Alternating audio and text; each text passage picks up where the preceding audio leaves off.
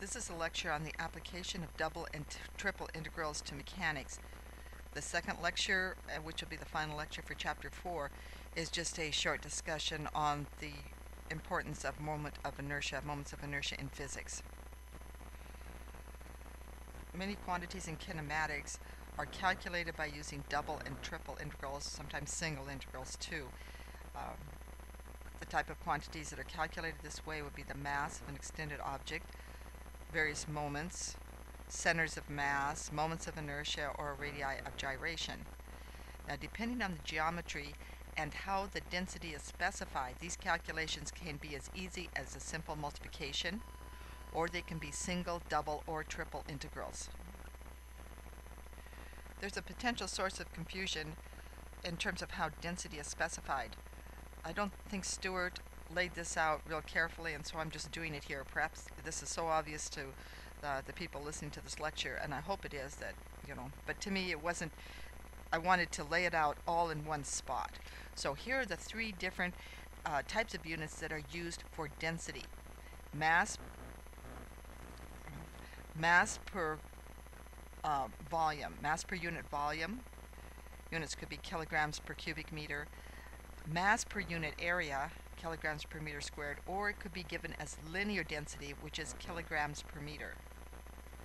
Now, there's no set notation for these three types of densities. You always have to look and see what units are being specified.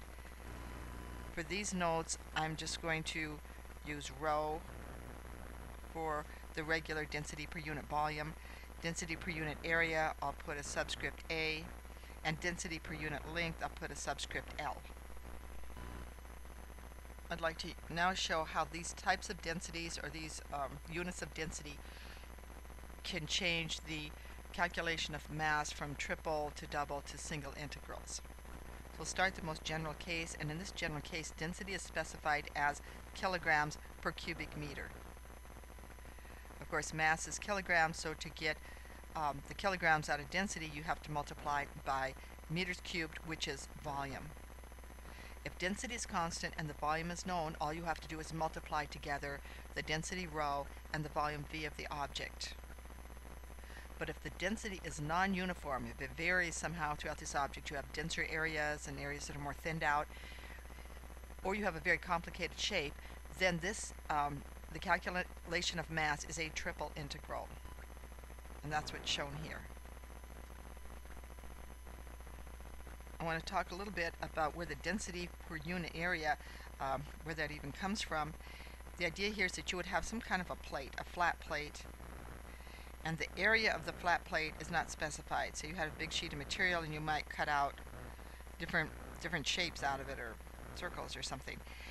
But the depth of this plate, maybe it's a very thin plate, but whatever it is, the depth is fixed. So the length of the plate, which I'll call that the length of the plate, is fixed, but the area of the different shapes you might cut out is not fixed. Let's go back to looking at mass now. Mass is density times volume, but I can write the volume as length times area. So let's write mass as with volume written out like that. So I'd have mass equals density times length times area. Now I wrote density and length together in red because those get combined into density per unit area. This would be specified by the manufacturer of this flat plate. Looking at this dimensionally, you can see how this will work out. Density is kilograms per cubic meter, and I'm multiplying by length, which would be meters. So to get kilograms, which would be the units for mass, all I have to do is multiply by area, which would be meters squared. Again, if the density is constant and the area is known, all you have to do is multiply. For a non-uniform density, so you've got this flat plate has very dense over in this area and maybe thinned out over here and dense over in this area. So now the density is non-uniform. To find the mass for the shape you've cut out, you would have to do a double integral over the density times dx by dy. This would be, this might be your dx. Whoops. And this is dy. But the dz is specified in length. Now let's look at linear density. Linear density is used for things like wires or threads or ropes, yarn, specified in linear density. For these objects, you would have some kind of a cross section. So this is a cross section of your rope, and the cross section, the cross sectional area is fixed. So all these threads have the same cross sectional area. The wire has the same cross sectional area, but you might have different lengths that you are using. So we go back to our original formulation again. Mass equals density times volume, and volume can be written as area times length. But now we combine the area, because we've got this fixed area up here. We combine the density and the area and get the linear density. Here it is in units. Kilograms per cubic meter for density times the area. An area would be meters squared.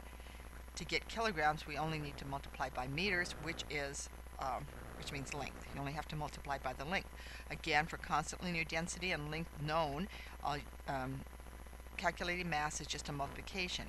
But if you have a non-uniform linear density, so in other words, as this cross-sectional area is fixed, but this becomes more dense, for example, as you move down this wire, all right? Or you have a very complicated geometry. For example, you have some kind of textile situation company, and your threads wound around a coil in some sort of a helix, run in a spool. Now you have to integrate, but this is only a single integral.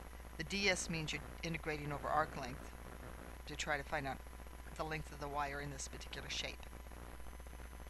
Again, all this might be totally obvious to you, but I like seeing everything in one spot with the dimensions specified. Now I'll calculate the mass in that homework problem for the cardioid. This is a case where you have a flat plate and you've cut it into the shape of a cardioid. So you've cut a cardioid out of a flat plate that has a density per unit area specified as x squared plus y squared. So in case you've forgotten what a cardioid looks like, I will try to draw something similar to one.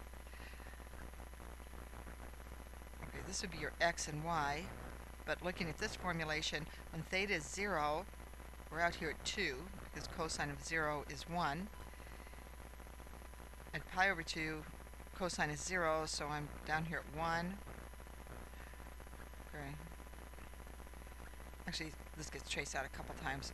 Alright, here we go. This is the cardioid shape, and I've cut it out of some bigger flat plate, and I want to know the mass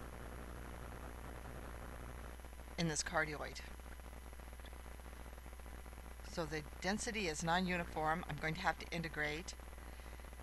And now a shape like this is better integrated in cylindrical or polar coordinates. I want to do the integral with respect to r and theta, not x and y.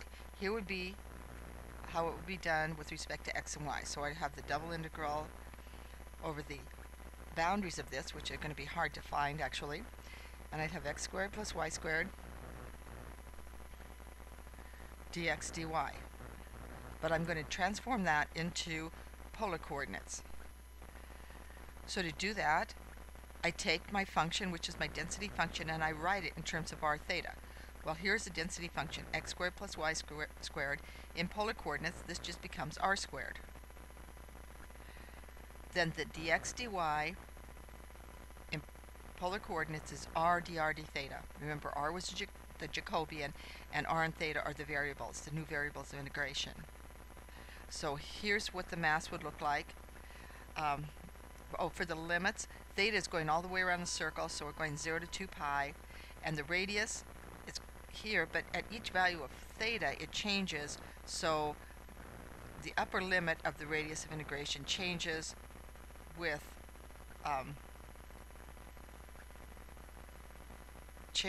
angle. So I do that integral on the inside, and here's how the radius changes with angle. 1 plus cosine theta is specified up there. So now what the pieces of this are. Here was the function. It was a density function in r theta. I put this in parentheses so you'd notice it. That's the Jacobian. And then the variables are dr d theta. Now the r times r squared really gives me r cubed. I've got r cubed dr d theta, and now you can carry out the rest of the integral. And you can use tables of integrals to evaluate it. The most important thing is the setup of this kind of a problem.